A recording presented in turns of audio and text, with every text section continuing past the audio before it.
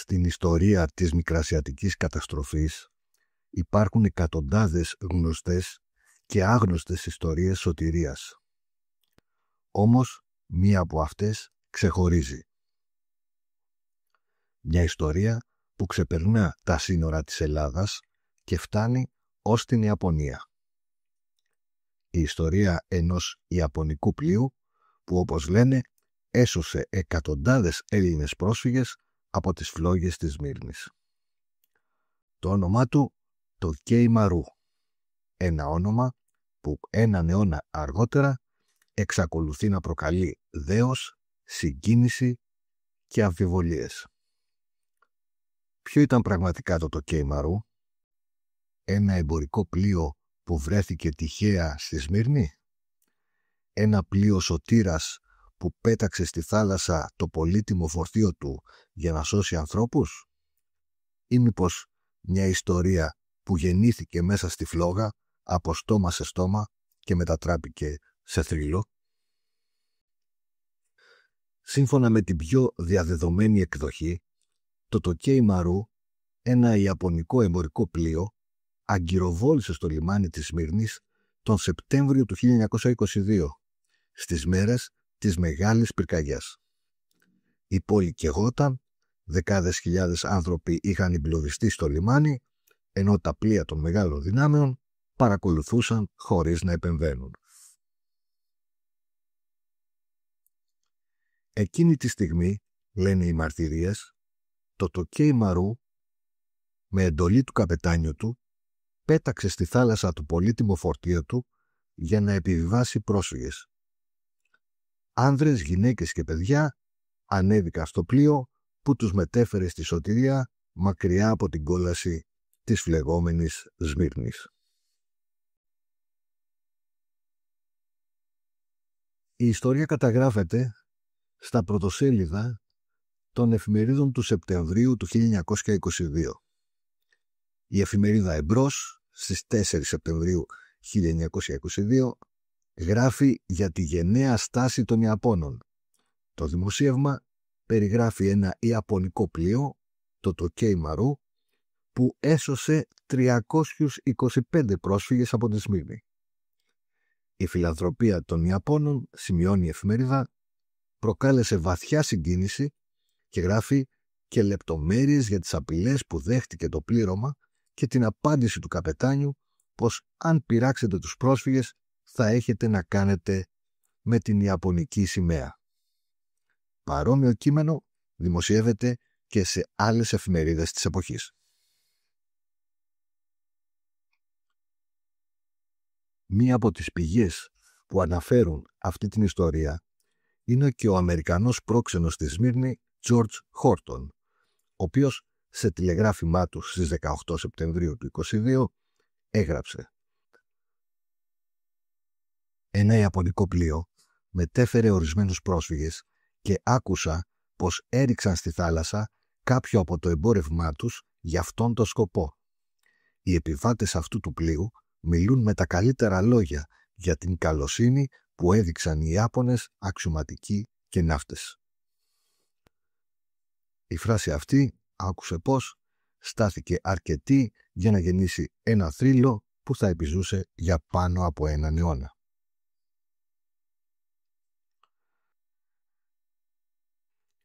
Τα επόμενα χρόνια η ιστορία του Κέιμαρου μεταδόθηκε σε βιβλία, εφημερίδες και προφορικές αφηγήσεις. Έγινε σύμβολο αλτρουισμού, μιας πράξης ανθρωπιάς πέρα από φυλές και σύνορα. Και γύρω της δημιουργήθηκε ένα μυστήριο. Ποιος ήταν ο άγνωστος καπετάνιος που έδωσε την εντολή και γιατί δεν άφησε πίσω του ένα όνομα?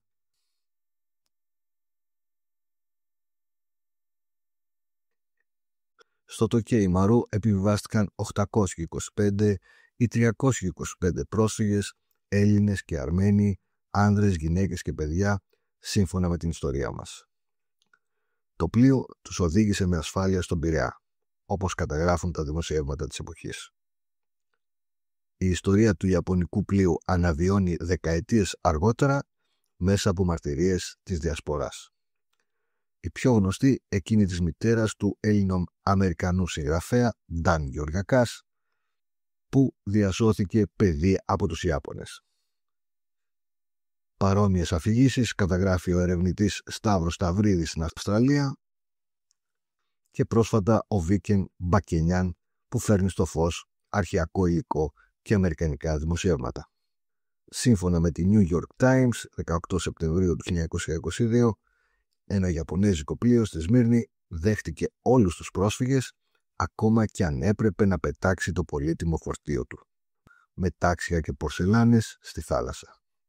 Η αφήγηση αυτή, συγκλονιστική και ανθρώπινη, γίνεται σύμβολο φιλελληνισμού και διεθνούς αλληλεγγύης. Παρά τη διεθνή αναγνώριση της πράξης, το όνομα του καπετάνιου, όπως είπαμε, παραμένει άγνωστο. Ερευνητές διεθνώς προσπαθούν να εντοπίσουν την ταυτότητά τους με ταυτοποιήσεις απογόνων διασωθέντων. Μέχρι στιγμής έχουν ταυτοποιηθεί 15 απόγονοι διασωθέντων, ανάμεσά τους 2 στη Θεσσαλονίκη, 1 στην Καβάλα και 1 στην Πάτρα. Μια μικρή πλακέτα στην Τριανδρία της Θεσσαλονίκης τιμά τη μνήμη του άγνωστου ήρωα.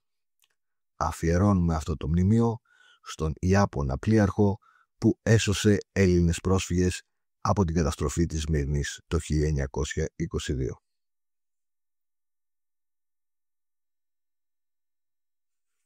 Η Ιαπωνέζα ιστορικός Νανάκο Μεράτα Σουαγιανάγη, καθηγήτρια στο Πανεπιστήμιο Τόιο, ερευνά την ιστορία του Τοκέιμαρου από το 2007, όταν την άκουσε από έναν καβαλιώτη, γιο μιας γυναίκας που διασώθηκε το 1922 και σήμερα συνεχίζει να ερευνά την υπόθεση του Τοκέιμαρου.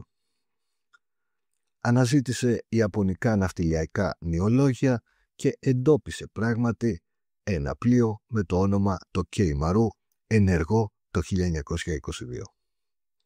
Εντόπισε επίσης αναφορές σε ελληνικές και διεθνείς εφημερίδες για τη διάσωση εκατοντάδων ανθρώπων.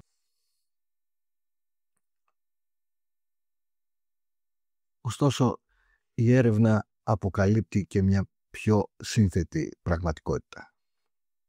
Εφημερίδες όπως η Σημαία, 8 Σεπτεμβρίου του 1922, αναφέρουν ότι το Τοκέιμαρου είχε αποπλεύσει από τη Σμύρνη στις 25 Αυγούστου, πριν ξεσπάσει η φωτιά. Επέβαιναν σε αυτό κρατικοί υπάλληλοι και επιβάτες με εισιτήριο. Η μοναδική φωτογραφία του πλοίου δείχνει άνδρες με βαλίτσες και όχι απελπισμένους πρόσφυγες.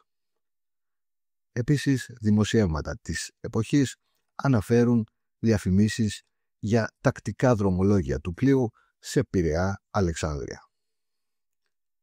Οι ημερομηνίες δημιουργούν κενά. Αν έφυγε πριν τη φωτιά, πώς βρέθηκε στο λιμάνι της Σμύρνης την ώρα της καταστροφής? Μήπως εκμεταλλεύονταν την κατάσταση για να κερδοσκοπεί την ώρα της μεγάλης ανάγκης? Και εδώ αρχίζει το μεγάλο μυστήριο. Στις 11 Σεπτεμβρίου 1922, λίγο μετά τον κατάπλουτο στον Πειραιά, οι εφημερίδες γράφουν για την κατάσχεση του Τοκέιμαρου. Το άρθρο της εφημερίδας Αθήνε αποκαλύπτει: το ιαπωνικό ατμόπλιο που προερχόταν από τη Σμύρνη μετέφερε πολύτιμο φορτίο αξίας 200.000 λιρών, 6 τόνους οπίου και 625 κιλά κοκαίνης.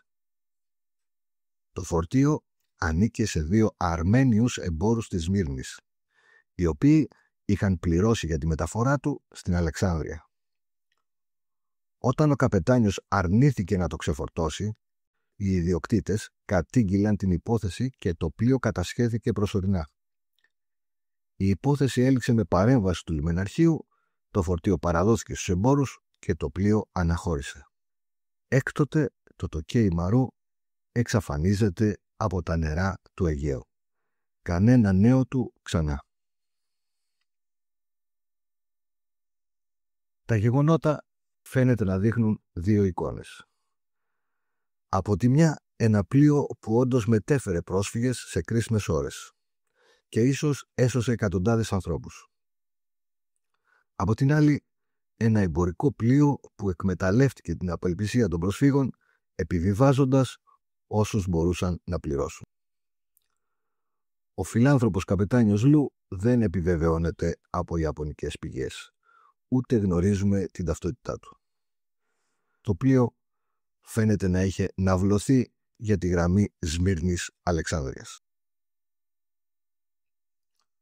Όσο για το πολύτιμο φορτίο που ρίχθηκε στη θάλασσα, αν πράγματι υπήρξε, δεν ήταν μετάξι υδαντέλες, αλλά όπιο και κοκαίνη.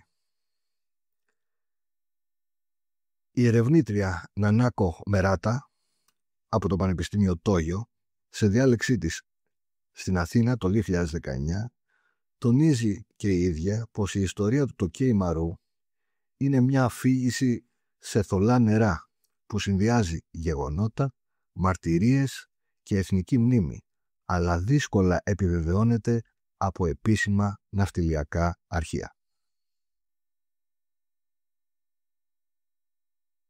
Μέσα στο χάος της καταστροφής, ο νους κρατά ό,τι φωτεινό μπορεί να βρει. Ένα ιαπωνέζικο πλοίο πράγματι μετέφερε πρόσφυγες, αυτό φαίνεται να είναι ιστορικά ακριβές, όμως το αν έριξε το πολύτιμο φορτίο του στη θάλασσα για να τους σώσει παραμένει αναπόδεικτο. Ίσως ποτέ να μην μάθουμε τι ακριβώς συνέβη. Ίσως το Τοκέι Μαρού να υπήρξε. Ίσως να ήταν μια φήμη που γεννήθηκε μέσα στην απελπισία. Όμως κάθε μύθος κρύβει μια αλήθεια. Όχι πάντα στα γεγονότα, αλλά στις ανάγκες των ανθρώπων που τον δημιούργησαν. Ο θρύλος του ιαπωνικού πλοίου δεν είναι μόνο για τους πρόσφυγες της Σμύρνης. Είναι για όλους εκείνους που μέσα στις φλόγες της ιστορίας ελπίζουν ότι κάπου, έστω και μακριά, θα βρεθεί ένας άγνωστος που θα τους απλώσει το χέρι. Ευχαριστούμε που μας παρακολουθήσατε. Δείτε το αναλυτικό μας άρθρο στην ιστοσελίδα μας mikrasiatis.gr.